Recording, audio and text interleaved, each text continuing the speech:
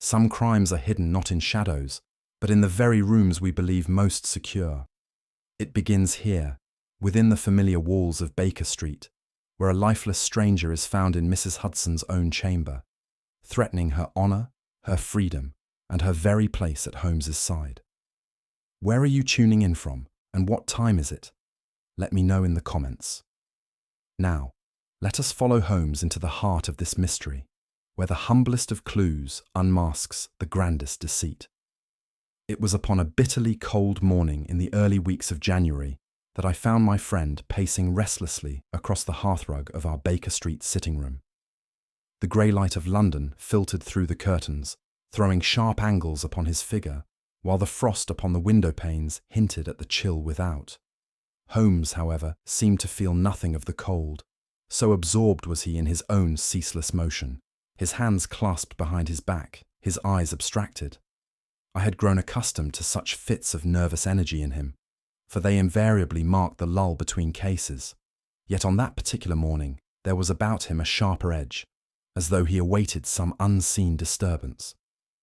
His pipe lay unlit upon the mantel, a fact which alone betrayed the depth of his restlessness, for when his mind lacked employment, he was wont to cloud the room with thick wreaths of tobacco. Instead, he moved in silence, his long fingers drumming against his coat, as if beating time to an inaudible rhythm. I ventured a remark upon the weather, but he gave no reply, merely casting me a fleeting glance.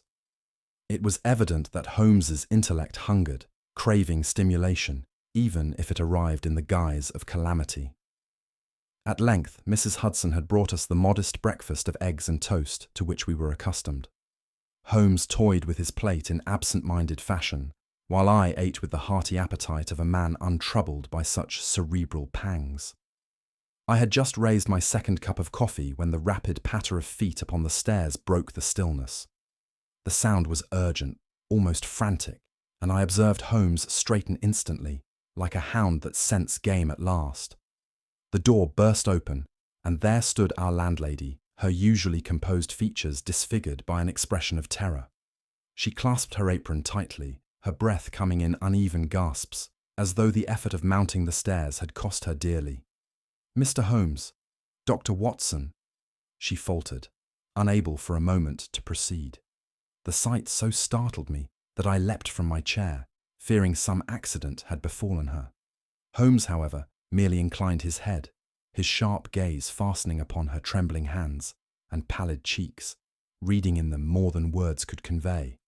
At last, with a convulsive effort, she found her voice. "There is a man lying upon the floor of my own room downstairs. Dead, sir, quite dead." The words seemed scarcely credible, for in all the years of our residence I had never heard her tone so overcome. A stranger's corpse beneath our very roof, within the private chamber of our landlady. I confess that my mind reeled at the enormity of it. Holmes' lips tightened, and a gleam kindled in his eyes, as though fate itself had delivered the very stimulant he had craved. Without a moment's hesitation, Holmes seized his coat from the stand and snatched up his magnifying lens. "Come, Watson," he cried with the ring of command that brooked no delay. "Every instant is precious before the official mind imposes its clumsy theories." Mrs. Hudson sank into a chair, overcome, while I hastily gathered myself to follow. Holmes was already halfway down the stairs, his stride swift and assured, his whole being electrified by the promise of mystery. Thus it was that the calm of our morning was shattered, and the strangest of all cases began within our very household. Mrs. Hudson, still trembling, sank into the chair Holmes had drawn forward for her. For a few moments she covered her face with her hands, as though dreading to give voice to what her eyes had already witnessed. At length she faltered. "I had gone, gentlemen, to fetch linen from my private room. The door was not as I had left it, slightly ajar. I thought perhaps a draught, yet when I entered, there he lay." She pressed her hands together until the knuckles whitened. A man, stretched across the carpet, lifeless, and I swear I have never clapped eyes on him before this dreadful morning. Her voice broke, and she looked imploringly at Holmes, as if his clear gaze could dissolve the horror. What business had he there, Mr. Holmes? In my own room. It is more than I can bear. Holmes wasted no time in kneeling beside the figure, while I, suppressing my own disquiet, bent to examine him as well. The man was of middle years, clean-shaven, with the pale features of one who had not enjoyed robust health. His garments, however, told another tale. A coat of excellent cut, though showing signs of wear about the elbows, and cuffs so frayed they spoke of poverty rather than prosperity. In contrast, the waistcoat was of fine material, with buttons carefully polished, and his cravat knotted with practiced precision. His boots, still damp with moisture, bore splashes of mud which seemed curiously out of place upon a London street. There was no weapon near at hand, no indication of a struggle. He had fallen face downward, and when we turned him over, his eyes were wide, unseeing, fixed in that peculiar rigidity which proclaims death with greater finality than any words. "Country mud," murmured Holmes, brushing the boots lightly with his fingertips. "And not from any roadside near Baker Street. See, Watson, the soil is of a clay-like consistency, reddish in hue. One must travel beyond the city for that." He leaned closer, his eyes glittering with interest. "Furthermore, the man is but newly arrived. The dampness has not yet dried, and I perceive the faint odour of hay upon the leather. He came from a stable yard before entering these premises." My friend's tone was detached, almost clinical, yet I could not fail to observe the quickening of his movements, the way his long fingers danced eagerly from cuff to collar, as though weaving together a silent pattern only he could perceive. A stranger in Mrs. Hudson's private quarters. This is no common intrusion. Mark it, Watson, we stand upon the threshold of a curious adventure. At that moment, Mrs. Hudson moaned softly, wringing her hands. It was pitiable to see our good landlady so undone, for in all the years of our residence, she had borne the burden of our irregular hours and eccentric habits with a patience I had often admired. Now, however, she sat stricken, her voice trembling. "They will say it was I, gentlemen. They will accuse me of—" She could not bring herself to utter the dreadful word. I hastened to reassure her, but her fear was only too natural. To find a corpse upon one's own carpet is enough to unhinge the stoutest heart, and Mrs. Hudson's livelihood depended upon her good name. Holmes, though less demonstrative in his sympathy, fixed her with his steady gaze. "Compose yourself, madam," he said. "Your reputation shall not be imperilled while I can raise a finger to defend it. But be assured, the official mind will not be long in forming its own theory."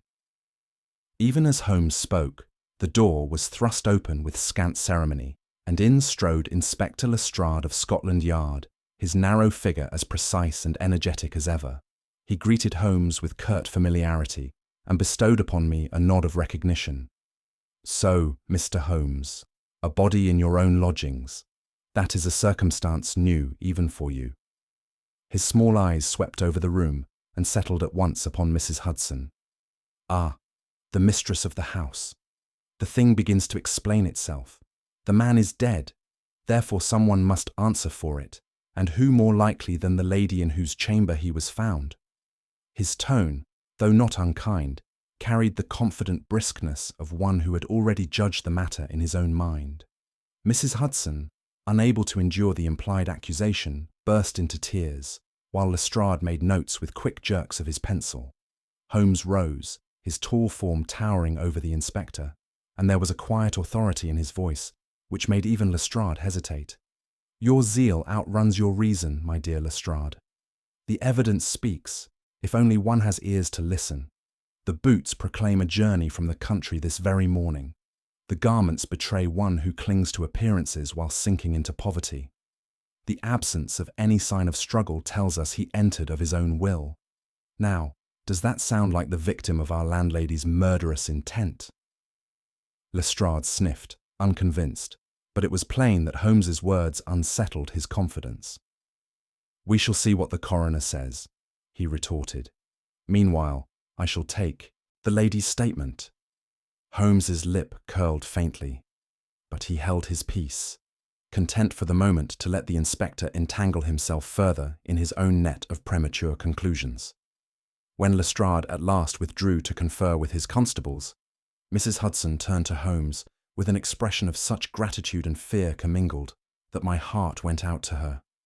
"Oh, Mr. Holmes," she whispered, "what am I to do? They will twist everything against me. Already the neighbours will be gossiping. I shall be ruined whether guilty or no." Holmes placed a hand, almost gently, upon the back of her chair. "You will do nothing, save regain your composure. The task is mine. I pledge you, Mrs. Hudson, the truth will be known, and your innocence as clear as daylight. The machinery of the yard may grind clumsily, but it is not they who hold the key to this riddle." His eyes shone with that strange light I knew so well, the fierce joy of a mind confronted with a worthy enigma. "Watson and I shall unravel the skein. Rest easy, for you are in safer hands than you suppose." It was Lestrade who first furnished the name of the unfortunate man. With the brisk authority of one well versed in official records, he informed us that the victim was Thomas Fraser, a clerk hailing from Edinburgh, lately attached to certain naval contractors in London. The revelation shed little immediate light, for a clerk is the most ordinary of creatures, and Fraser's face bore no hint of villainy or grandeur. Yet Holmes's eyes gleamed with interest. "Naval contractors, you say? That is an occupation which offers ample room for both profit and peril. Mark it well, Watson, for the Admiralty's purse has ever been a tempting lure to dishonest fingers." I could not but feel a curious unease at Holmes's words, for the connection between a Scottish clerk and our landlady's private quarters seemed more fantastical with each passing moment. Still, in Lestrade's tone was the satisfaction of one who believed he had already taken a step closer to a tidy conclusion, though Holmes's expression suggested that the path was far more crooked than our inspector imagined. Holmes's gaze, however, was not upon Fraser's lifeless form, but upon the fireplace in Mrs. Hudson's room. He stooped suddenly, plucking from the ashes a charred fragment of paper, its edges still warm from the flames. With nimble fingers, he retrieved several others, piecing them together upon the table as though reconstructing a puzzle. "Observe, Watson," he murmured, his tone half in amusement, half in triumph. "Not a love letter, as one might expect from such furtive destruction, but a memorandum, written in a clerk's hand, concerning contracts and payments. See here: shipment, dockside, and the faint remnant of a signature." I bent closer, catching the unmistakable smell of scorched sealing wax. "Surely this suggests some scheme of blackmail," I whispered. Holmes merely raised a brow. "Or espionage, my dear fellow, though the two often march hand in hand. Our Mr. Fraser was not merely a humble clerk. He carried papers that could, in the wrong hands, imperil reputations, if not the safety of entire fleets." Mrs. Hudson gasped at this, protesting her ignorance. Holmes gave her a reassuring nod, though I saw his mind already racing ahead. Holmes had scarcely finished when his eye fell upon a dark speck upon Fraser's waistcoat. With the air of a conjurer preparing a flourish, he produced his lens and bent over it. "Pray indulge me, Watson," said he. "Tell me what you see." I peered obediently, yet discerned only a brownish smear. "A wine stain, perhaps," I hazarded. Holmes chuckled dryly. "Ah, the commonplace answer. But note the salt crystals about its edge. This was claret, accompanied by oysters, taken within the last 6 hours. No London tavern would serve so peculiar a combination, save those frequented by Scotsmen along the riverfront." I could not suppress a smile at his audacity. "Holmes, you astonish me. To divine a man's final meal from a blemish on his waistcoat. Truly you are a magician." He waved a hand impatiently. "Not magic, Watson. Only observation sharpened by practice. It is curious, though, how often a man's last supper proves a greater witness than his dearest friend." As the investigation advanced, the picture of Thomas Fraser grew stranger still. Lestrade, in his diligent though unimaginative manner, produced notes from Fraser's lodgings. The man had lived frugally, keeping a modest room and few personal possessions, as might any underpaid clerk. Yet among his papers were receipts from dinners at fashionable establishments, and letters addressed in the hand of men who moved in circles far above his own. There were hints of sudden influxes of money, followed by periods of penury, as though Fraser had one foot in obscurity and another in dangerous privilege. "A man of two lives, Watson," said Holmes gravely. "One foot planted in the dull respectability of the counting-house, the other in shadowed dealings with those who prefer their names concealed. Such men rarely prosper. They are ground to pieces between the wheels of honesty and corruption." I confess I felt a shudder at his words. That our kindly landlady should be drawn into the orbit of such a figure seemed monstrous indeed. Yet even then, I could not guess how deep the entanglement ran, nor what secrets still smouldered like embers in Mrs. Hudson's grate. It was during this confusion that Mrs. Hudson, pale and trembling, suddenly recalled an incident from the evening before. "There was a gentleman who called," she whispered, her voice unsteady. "A pale man, with the accent of my own countrymen, for I recognized the Scots in his speech. He asked if he might have a word with me in private upon what he termed a family matter." Her eyes brimmed with tears. I thought it strange, for I have no kin in London save a nephew long lost to me. Yet I could not bear to be rude, so I told him politely that no such business could exist between us. He seemed agitated, and when I pressed him to explain, he left suddenly, saying he would return. Holmes's head inclined sharply at this. "A pale Scotsman, you say, and the body upon your carpet is likewise a Scot. Curious, Watson, very curious." The effect of Mrs. Hudson's recollection was profound upon my own mind, though Holmes betrayed little reaction beyond a narrowing of the eyes. "Holmes," I exclaimed, "is it not possible that this supposed family matter was no ruse at all? Might it be that her nephew, or some connection through him, has embroiled her in a most wretched affair?" Mrs. Hudson's sobs grew at my words, and I was instantly ashamed of having spoken them. Holmes, however, laid a long finger against his lips and remained silent.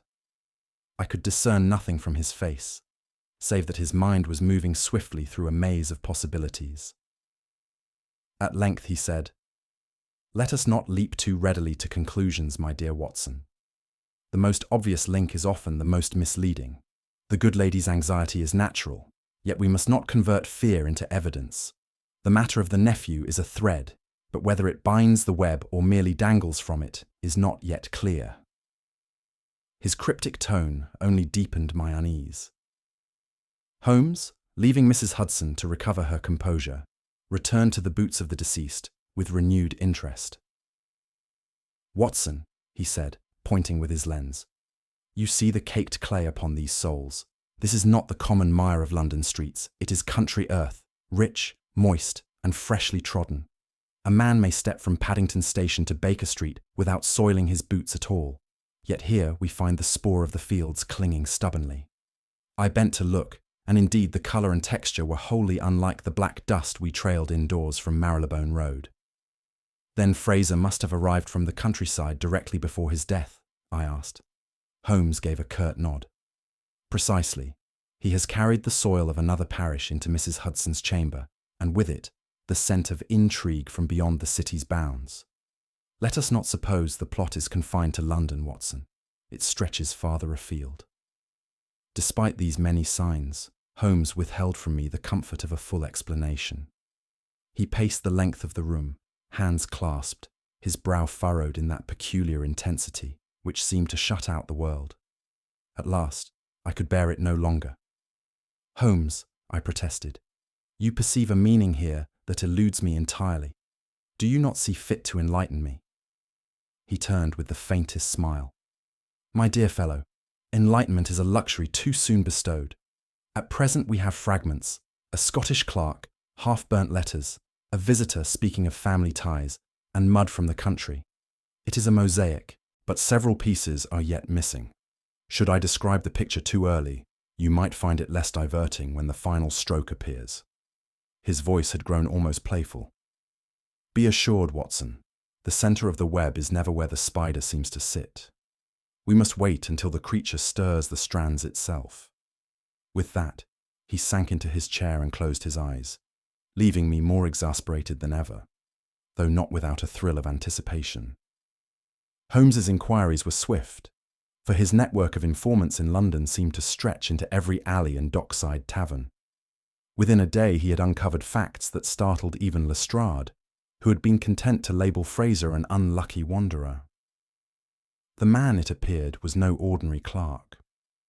Beneath the dull veneer of office drudgery lay the darker occupation of messenger and middleman for a smuggling ring that used naval supply routes as its cloak. "Observe, Watson," said Holmes, as he spread before me certain ledgers he had obtained. "These are no simple accounts.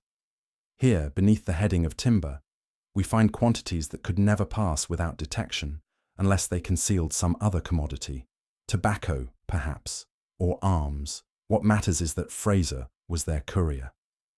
I examined the figures, but my medical eyes could make nothing of them. "And it was this fellow who died upon Mrs. Hudson's carpet?" I exclaimed. "Just so.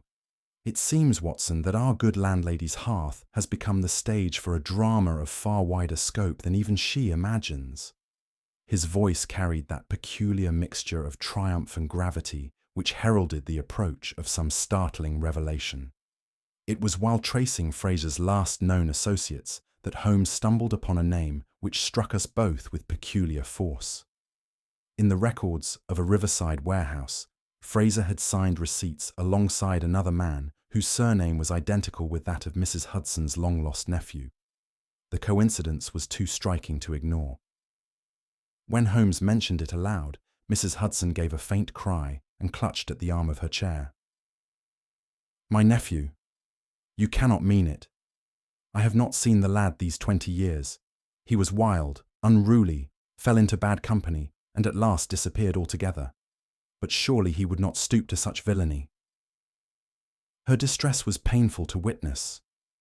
Holmes, however, was unmoved. "It is precisely those long estrangements, madam, which create fertile soil for mischief. The name is uncommon. The link is significant. We must treat it not as proof, but as a beacon. Follow the beacon, and one finds either the quarry or the shadow which conceals him." I confess my heart sank, for it seemed a cruel stroke of fate that our faithful landlady should be dragged into scandal by blood ties she had long sought to forget. As I sat beside Mrs. Hudson that evening, I could not help reflecting upon the irony of her situation. For years she had devoted herself to the care of our eccentric household, enduring Holmes's untimely violin practice and my own medical paraphernalia without a word of reproach. And now, through no fault of her own, her good name trembled in the balance, menaced by the spectre of a nephew whose very existence she had striven to banish from memory. She wrung her hands, murmuring of his boyhood pranks, his defiance at school, the bitter quarrel that had ended in his flight from Scotland. "He was not wicked, Dr. Watson, only misguided," she insisted, though the tremor in her voice betrayed doubt. I endeavoured to comfort her, yet I too felt unease. Could it be that Fraser's death was in truth the consequence of some family secret, long buried, now returned with dreadful insistence? Holmes listened with closed eyes, his face unreadable. At last he said only, "The sins of youth are often repaid in the currency of maturity. But whether this debt belongs to your nephew or to another Mrs. Hudson remains to be seen." His words chilled me, for they left her fate suspended upon a knife edge. It was not until Holmes examined Mrs. Hudson's modest belongings that the true object of the affair began to emerge. Among her effects, kept in a small wooden chest, was a bundle of papers yellowed with age and secured by a faded ribbon. She explained that they had been left to her by a deceased relative, a minor clerk in a government office. Holmes handled them with the greatest care, his eyes darting swiftly across the faded ink. "Aha, as I suspected. These are not mere family keepsakes, Watson. They are records, financial dealings, notes of contracts, memoranda of sums diverted and accounts adjusted. In short, they are evidence, and damning evidence at that, of corruption in naval contracts reaching back many years. Mrs. Hudson recoiled in horror. "I swear to you, Mr. Holmes, I never so much as glanced at them. I thought them of no consequence." Holmes gave her a rare smile. "It is precisely because you ignored them, madam, that they have remained hidden. But others knew, or guessed, their value. Fraser was sent to obtain them. He failed and paid the penalty. Thus, the body upon your carpet was never the end, but only the beginning." His words filled me with a grim foreboding, for it was clear the danger was far from over. Holmes devoted a full hour to examining the bundle of letters, his lips moving silently as he traced columns of figures and signatures faded by time. At last, he leaned back with a quiet exhalation. "These papers, Watson, are a mine of infamy. They chart diversions of funds, inflated invoices, and false accounts stretching back more than a decade. And here, note this signature repeated time and again, the hand of a man once highly placed in the Admiralty. Were these documents to see the light of day, the reputation of a knighted officer would crumble into dust." I bent over the spidery handwriting, but could make little of it, save that the numbers marched relentlessly across the page. Holmes's eyes glittered. "The corruption of naval contracts, Watson, is no new tale, but rarely does one find the proofs so neatly preserved. Fraser's death is but a symptom. The disease lies higher, among men of rank and power, who will stop at nothing to conceal their shame." His words fell heavy upon the room, and I saw Mrs. Hudson blanch at the thought that her modest chest had harboured such peril. Though I pressed him for a fuller explanation, Holmes grew strangely reticent. He spoke of pieces fitting into place, of unseen hands directing Fraser's steps, but when I urged him to name this hidden master, he only smiled thinly. "Patience, my dear Watson. To unveil the portrait before the paint is dry would spoil the effect." His eyes roved the room as though tracing invisible lines across the air. "We have corruption, a smuggling ring, and papers worth fortunes in silence. Yet the one who trembles most is not the petty clerk nor the estranged nephew, but the man whose signature adorns these sheets." I could not suppress my frustration. "Then name him, Holmes. End this torment for Mrs. Hudson." He shook his head. "To name him now would be to drive him into flight. Better to let the spider believe himself hidden while I tug gently at the threads." His words, though deliberately obscure, carried a weight that convinced me he already stood close to the truth. Still, his silence was a burden, and I felt both admiration for his confidence and irritation at his refusal to share it. That evening, as we sat before the fire, my thoughts turned ever to Mrs. Hudson's plight. Her hands trembled as she poured our tea, and her eyes lingered anxiously upon Holmes, as though he were her only anchor in a storm. My loyalty to her was deep, for she had been more than a landlady, almost a motherly presence in our erratic lives. Yet Holmes, absorbed in his private calculations, gave her no comfort beyond a curt nod. At last, my patience broke. "Holmes," I exclaimed, "you play with enigmas while the good lady suffers. Must she sit in dread, knowing neither the danger nor the means of her deliverance?" He raised his brows, his expression almost amused. "My dear Watson, it is the privilege of genius to appear cruel, when in truth it is only cautious. Were I to speak before the hour, you would sleep no easier, and Mrs. Hudson might collapse under the weight of premature alarm. Better she should suffer uncertainty than terror." I bit back a retort, yet my heart burned with indignation. His cold detachment galled me, even as I knew it masked a deeper resolve. At length, Holmes rose and paced the room with long strides, his head bent in thought. Then, pausing abruptly, he murmured in a tone half to himself, "The centre of the web is never where the spider seems to sit." The phrase sent a chill through me, for it hinted at some unseen adversary lurking beyond our present grasp. "Holmes," I cried, "will you never speak plainly? Who is this spider, and where lies his lair?" He turned, his gaze fixed upon me with that enigmatic light I had so often seen when he stood upon the brink of revelation. "Watson, if I were to tell you, you would not believe me until the creature showed itself. Suffice it that every strand we have touched, Fraser, the nephew, the letters, trembles at the will of one who values silence above life itself. The hour is not yet ripe, but soon the web shall quiver in earnest, and then we shall see whether the spider comes forth to devour or to be destroyed." With that he sank once more into his chair, leaving me in a state of baffled suspense, with Mrs. Hudson gazing fearfully between us. Holmes's preparations were as deliberate as those of a chess master arranging his final moves. With a composure that belied the gravity of the matter, he caused it to be whispered in the proper quarters that the incriminating letters were now secured under police guard in Baker Street, awaiting the scrutiny of higher authorities. In truth, the documents lay within a locked drawer of his own cabinet, but the impression he wished to convey was that they reposed in Mrs. Hudson's room, accessible only to those bold enough to attempt their recovery. "The guilty man," said Holmes, with a gleam in his eye, "cannot endure uncertainty. To leave such papers in existence would be to sleep upon a mine. Sooner or later, he must return to destroy or secure them. And when he does, Watson, he shall find that the field of battle has shifted beneath his feet." I could not help voicing concern. "But Holmes, what if the fellow should strike again, should harm Mrs. Hudson in his desperation?" Holmes smiled thinly.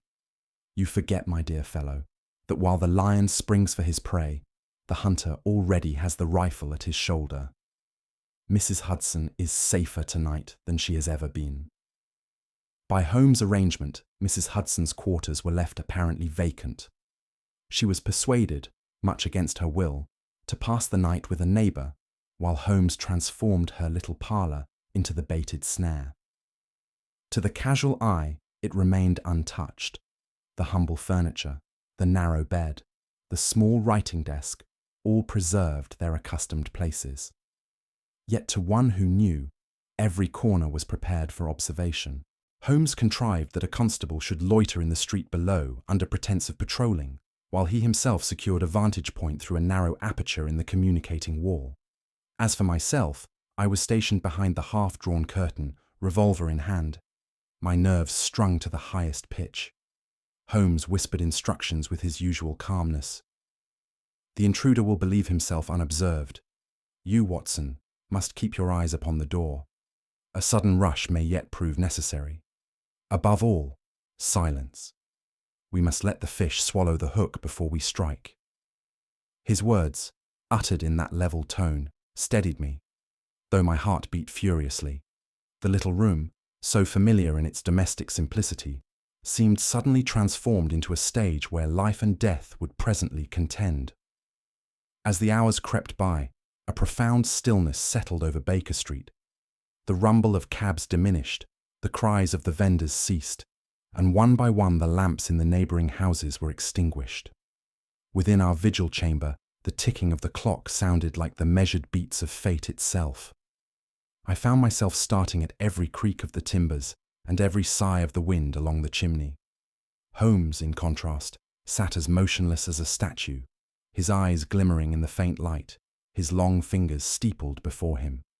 Once or twice he allowed himself the faintest smile, as though the prospect of the approaching contest afforded him intellectual delight. For myself, the tension was almost unbearable. I thought of Mrs. Hudson, sleepless perhaps in the house of her neighbour, her imagination haunted by visions of her room and the corpse that had defiled it. I longed that we might bring the matter to a conclusion for her sake. Yet Holmes gave no sign of impatience. He seemed content to wait until dawn if need be, so confident was he in the certainty of his adversary's return. At last, near the stroke of midnight, a faint sound stole upon the stillness, a cautious tread upon the stair. The handle of the door turned slowly, and a cloaked figure slipped into the room with the stealth of one long practiced in secrecy. The intruder moved at once to the desk, striking a match with a trembling hand. In that brief flare of light, I beheld a face which even my untutored eye recognized from Holmes' earlier hints, the hard, weather-beaten features of Sir Reginald Burnham. late Admiral of the fleet. He cast a swift glance about the chamber, then bent eagerly over the drawer which Holmes had left conspicuously locked. Producing a small key, he fitted it with practiced ease, and in another instant would have laid hands upon the false packet within. It was at that moment that Holmes stepped forth from his concealment, tall and inexorable. "Good evening, Sir Reginald," said he, in tones of quiet irony. "You find Baker Street a more dangerous anchorage than your naval charts may have suggested." The Admiral recoiled, his weathered face paling beneath its bronze. "Holmes, you, curse you, sir. What trickery is this?" "Merely the natural conclusion," replied Holmes, "when corruption seeks to erase its own record. You killed Fraser when his courage failed, and would now silence even the dead by burning the proofs. But tonight the tide runs against you. I confess my hand shook upon my revolver, so charged was the air with peril and revelation." Holmes advanced into the lamplight with the air of one who commands not merely a room, but the very truth itself. Sir Reginald Burnham stiffened, his hand still upon the drawer, his eyes darting like those of a trapped animal. "You come, Admiral," Holmes said evenly, "not as a guest of Mrs. Hudson, but as a thief in the night, hoping to erase a past too heavily inked in these letters." Burnham's jaw set hard. "You dare accuse me, sir? I am a man of honour, decorated for my service. This intrusion—" "Honour." Holmes's voice cut sharp as a blade. "Honour does not slay its own clerk to preserve a fortune in silence. Honour does not stoop to smuggling through naval supply routes. You are cornered, Sir Reginald, as surely as if your ship had struck upon the rocks." I marvelled at Holmes's composure. The Admiral's hands trembled, his shoulders quivered, yet Holmes pressed on with quiet triumph. "The truth has pursued you across 2 decades, and tonight it finds harbour in this humble room. Your attempt to recover these papers is proof enough, but I possess evidence stronger still. Confess, or let the law extract it." Burnham made no confession. Instead, with a sudden oath, he lunged.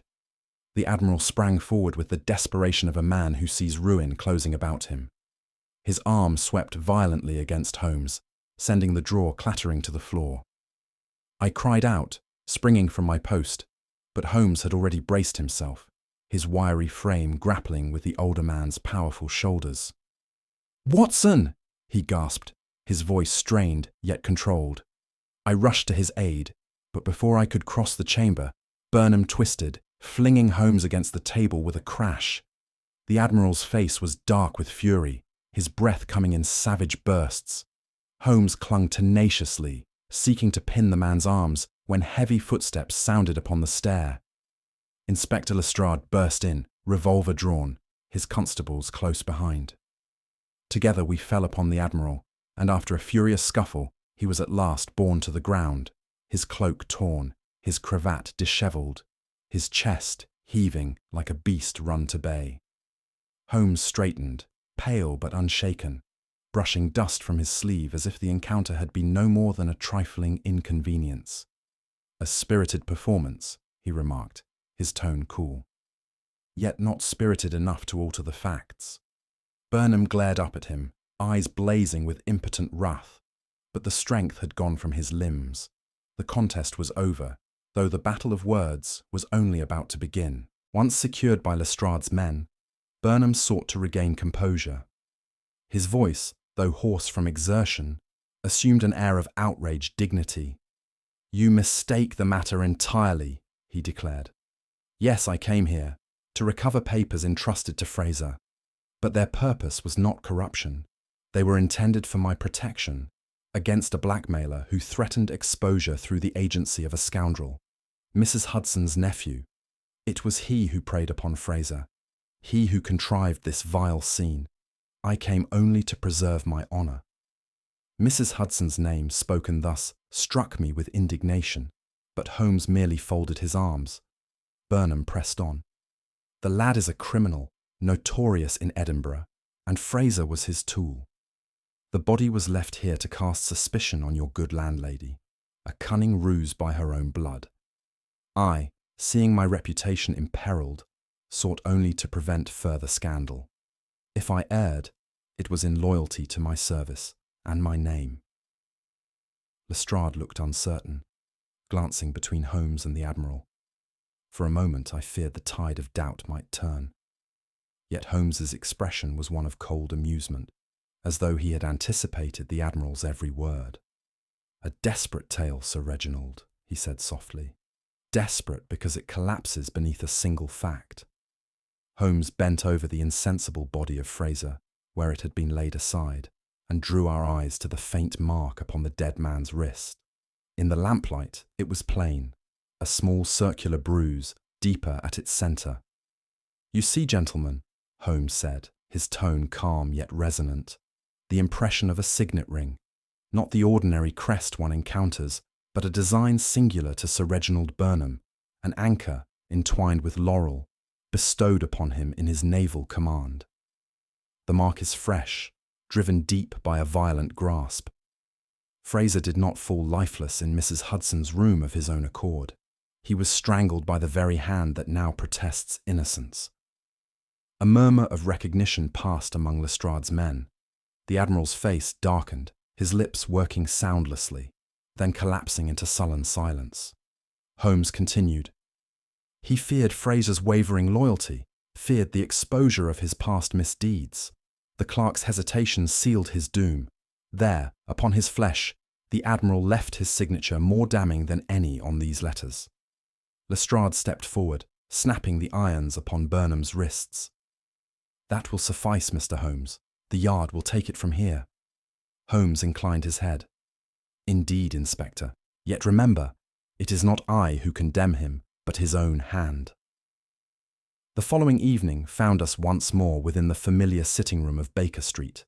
The tumult of the past night had given way to calm, though my nerves still quivered at the recollection of our perilous encounter. Holmes, by contrast, seemed restored to his customary composure. He sat in his armchair, long legs stretched before him, pipe between his lips, as though nothing more remarkable than a game of chess had transpired. "Holmes," I exclaimed, "you astonish me beyond measure. That we should pass from the tranquillity of our breakfast to the arrest of an admiral within our own lodgings. Why, the mind reels at such extremes." He gave a faint smile. "You invest the matter with drama, Watson. In truth, it followed the ordinary pattern of crime: ambition, fear, and folly. Only the stage was unusual, for seldom does the theatre of corruption extend into Mrs. Hudson's parlour." His lightness of tone did not deceive me. I saw the gleam in his eyes, that restless energy which sprang only from the solution of a knotty problem. "But pray, Holmes," I urged, "set my mind at ease. Show me how the threads were woven, for I confess they remain a tangle to me." Holmes tapped the bowl of his pipe thoughtfully against the arm of his chair. Thomas Fraser, Watson, was no more than a pawn upon the board. His employers in Edinburgh placed him in contact with men engaged in smuggling, and his transfer to London provided the perfect conduit for their designs. Yet it was not contraband they sought within Mrs. Hudson's room, but documents of a graver nature. Fraser's instructions were simple: obtain the locked box of papers by persuasion if possible, by stealth if necessary. I shook my head in wonder. But why should Fraser enter Mrs. Hudson's private chamber rather than apply directly to her? "Because he misjudged her," Holmes replied dryly. "He believed a woman of her station would be easily coerced, perhaps by a tale of family claim. His first attempt failed, she rebuffed him. His second, made under cover of darkness, ended with his death. Fraser was a tool, disposable once his utility ended. His presence in her parlour was never for his own purposes, but in the service of one who feared the very contents of that wooden chest." "And so he was sacrificed," I murmured. "Exactly," said Holmes. "A pawn captured to protect the king." Holmes leaned forward, his eyes narrowing as he spoke with quiet emphasis. "The true heart of the matter lies in those faded letters. They recorded, with merciless precision, financial manipulations conducted years ago within the Admiralty. Funds for naval supply were diverted, invoices falsified, and fortunes pocketed at the expense of the Crown. At the centre of this web was Sir Reginald Burnham, then in command of a dockyard and now lauded as a retired admiral. To men such as he, reputation is currency, and exposure is annihilation.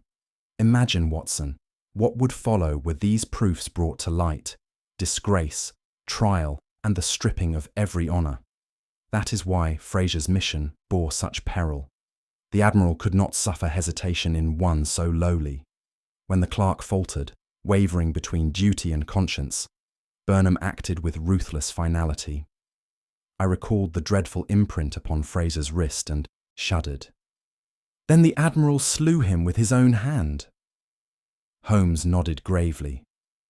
The signet ring spoke volumes. Burnham's fear was not of Fraser, but of what Fraser held, or might yet reveal. And so, to erase both, he conceived the ghastly expedient of planting the corpse where suspicion would fall upon an innocent woman. In this, as in all else, fear was his undoing. Holmes rose and paced the hearthrug, his hands clasped behind his back. Consider, Watson, the sequence. Fraser enters Mrs. Hudson's room, whether by guile or stealth. He searches, perhaps even handles the chest, but his courage fails. He knows too well that the letters are dynamite, and he hesitates to deliver them. Burnham, who has shadowed his every step, perceives the weakness. In a moment of sudden violence, he grips Fraser, silencing him forever. The ring leaves its fatal testimony. But to dispose of the body presents a challenge. Burnham, bold in his desperation, elects to use the very room as the stage of deception. Who would be more readily suspected than the mistress of the house where the corpse is found? Thus, he lays Fraser upon the carpet, trusting that official zeal, in the person of Lestrade, would pounce upon Mrs. Hudson as the obvious culprit. Meanwhile, he might retrieve the letters at leisure. I could not contain my indignation. The fiend! To turn suspicion upon that kindest of women. It is monstrous. Holmes inclined his head. Indeed, Watson. Yet such manipulations are the stock in trade of men cornered by their own misdeeds. In striving to avert exposure, Burnham only drew the noose tighter about his neck. Holmes, who had been pacing the room, paused suddenly and lifted a small envelope from his desk. He tapped it against his palm before tossing it lightly onto the table. Here, Watson, lies the final nail in Sir Reginald Burnham's coffin, though it is but dust, mere ash. I opened the packet and peered within. It contained a pinch of grey-black fragments, no more impressive than the residue from any common hearth. Ash? I repeated, mystified. Precisely, Holmes said, but not just any ash. This is from a Turkish blend of tobacco known as Latakia Imperial. It is rare in England, prohibitively expensive, and favoured by but a handful of gentlemen. Our admiral is among them. I detected its presence in Mrs. Hudson's parlour upon our first inspection, though I kept that fact to myself. It could not have come from Fraser, whose habits were those of a modest clerk, nor could it have originated with Mrs. Hudson. Only Burnham, with his taste for the exotic, left such a trace. The thought struck me with sudden force. So from ash alone you discerned the Admiral's presence? From ash, Holmes corrected gently, and from the knowledge that a man may leave behind him, not merely words or signatures, but the very dust of his vices. Ash, Watson, speaks as eloquently as ink. I confess that at this disclosure, my admiration for Holmes was mingled with exasperation. Holmes, I burst out, you had the truth in your grasp from the very beginning, and yet you permitted Mrs. Hudson to suffer in suspense and me to stumble along in ignorance, while you played your game of shadows. Holmes looked at me with mild amusement, as though my indignation were but another puzzle to be solved. Come now, Watson, you do me less than justice. I had suspicions, yes, but suspicion is not proof. Would you have had me denounce a decorated officer on the strength of a few grains of ash? The Yard would have laughed us from Baker Street. Still, I persisted, A hint would have spared us much anxiety. And robbed you, he interjected smoothly, of the pleasure of revelation. You know well, Watson, that your indignation lends colour to my deductions. Were you less impetuous, I should appear less brilliant. Despite myself, I could not but smile, though I still bristled inwardly. You exasperate me, Holmes. At times I believe you would allow the heavens themselves to collapse, if it meant a finer point to your demonstration. He inclined his head gravely. And at times, my dear fellow, you are not far wrong. Holmes regarded me steadily, a glimmer of humour playing at the corner of his mouth. Your indignation on Mrs. Hudson's behalf, Watson, was in fact the most useful cover of all. Had I revealed my suspicions too early, Burnham might have scented the danger. But with you protesting loudly at the inspector's haste and championing our landlady's innocence with all the fervour of a loyal friend, who could imagine that Holmes already traced the trail to an admiral's cabin? You gave sincerity to our deception, and thus allowed me to work unseen. I felt my cheeks flush at this curious compliment. Then I was but an unwitting pawn in your strategy. Not pawn, Holmes corrected. Knight, perhaps, rushing boldly into the fray, distracting the opponent, while I manoeuvred for checkmate. It was said lightly, but I caught the rare warmth beneath his words. For all his detachment, Holmes valued our companionship more than he would ever willingly admit. I could not press him further, for he had already turned back to the fire, his features once more composed into the mask of intellectual serenity. Holmes let the silence linger, then spoke in a tone almost reflective. Consider, Watson, how trifles shape destiny.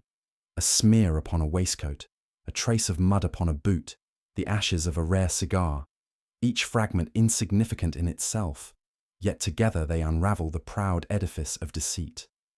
Burnham believed himself untouchable, armoured in rank and reputation, yet it was not the thunder of courts nor the clamour of Parliament that brought him down, but the dust upon a hearthrug.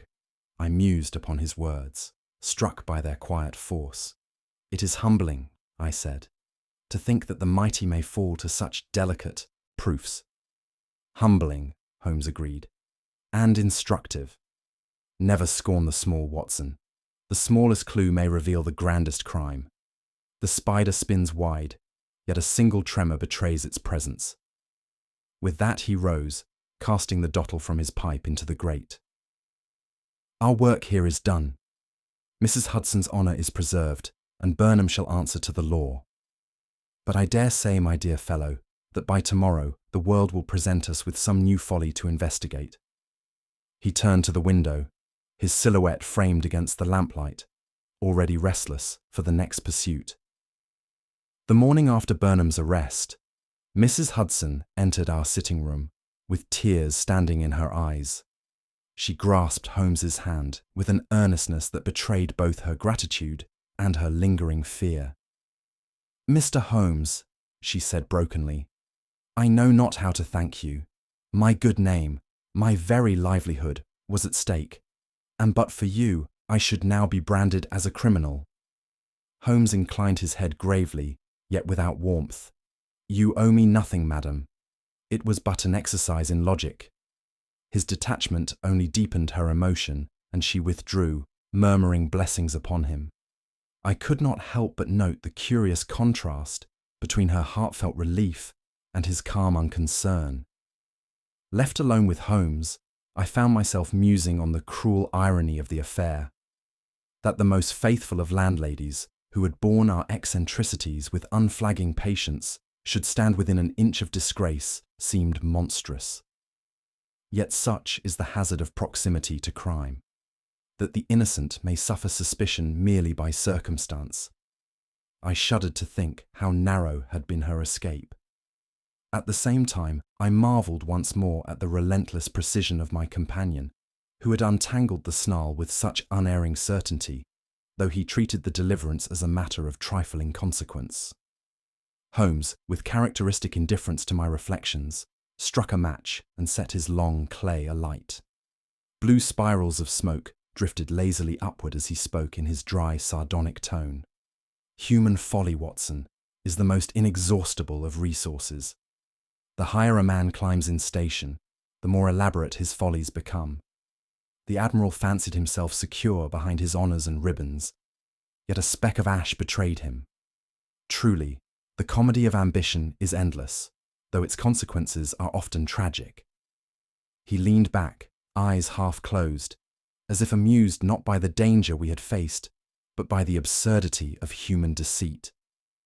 After a pause, Holmes turned his gaze towards the door that led to Mrs. Hudson's chamber. "It is well, Watson," said he thoughtfully, "that even the humblest of rooms may serve to expose the grandest of deceits. Consider, those faded letters, forgotten in a box, toppled a man of rank who once held the destinies of fleets in his hand. It is not palaces or courts alone that reveal corruption. Sometimes it is a modest parlour, a hearthrug, or the ashes upon a grate." His voice, though quiet, carried a weight that impressed itself upon me, and I realised he spoke less to me than to the shadows of his own thought.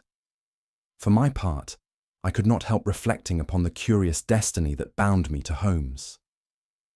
Time and again I had seen him pierce veils of darkness where others groped helplessly. And yet, for all his brilliance, he remained untouched by the human gratitude that would have overwhelmed a lesser man. Mrs. Hudson's tears moved me deeply, but Holmes treated them as he would a passing shower upon his windowpane. I wondered then whether such detachment was the price of genius, and whether I, who could never hope to emulate him, was in truth the happier for retaining my simpler humanity. Holmes rose suddenly, crossing to the window where the pale winter sun filtered through the smoke of London. Pipe in hand, he gazed out upon the bustling street with an expression I'd come to know well, the restless anticipation of the hunter between pursuits. "Come, Watson," said he at last. "We have discharged our duty to Mrs. Hudson. Let us not linger upon sentiment. The world is wide and its errors abundant.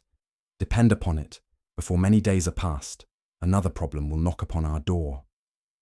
His words, spoken so calmly, filled me with a curious excitement, for I knew that wherever Holmes's restless spirit turned, adventure would surely follow. Holmes leaned back in his chair, the smoke from his pipe curling upward in thin, ghostly spirals. "You see, Watson, it is never the grandeur of a man's station that shields him from discovery, but the smallest of betrayals, the ash upon a carpet, the bruise upon a wrist. Great crimes, like great ships, founder upon trifles." I nodded, struck by the quiet force of his words. "And now, I put the question to you. What do you think was the Admiral's greatest mistake? His crime, his arrogance, or his belief that he could hide it within Mrs. Hudson's humble room? Share your thoughts below, and if you enjoyed this case, remember to subscribe for more of Holmes's mysteries and pass the story along to fellow lovers of detective tales.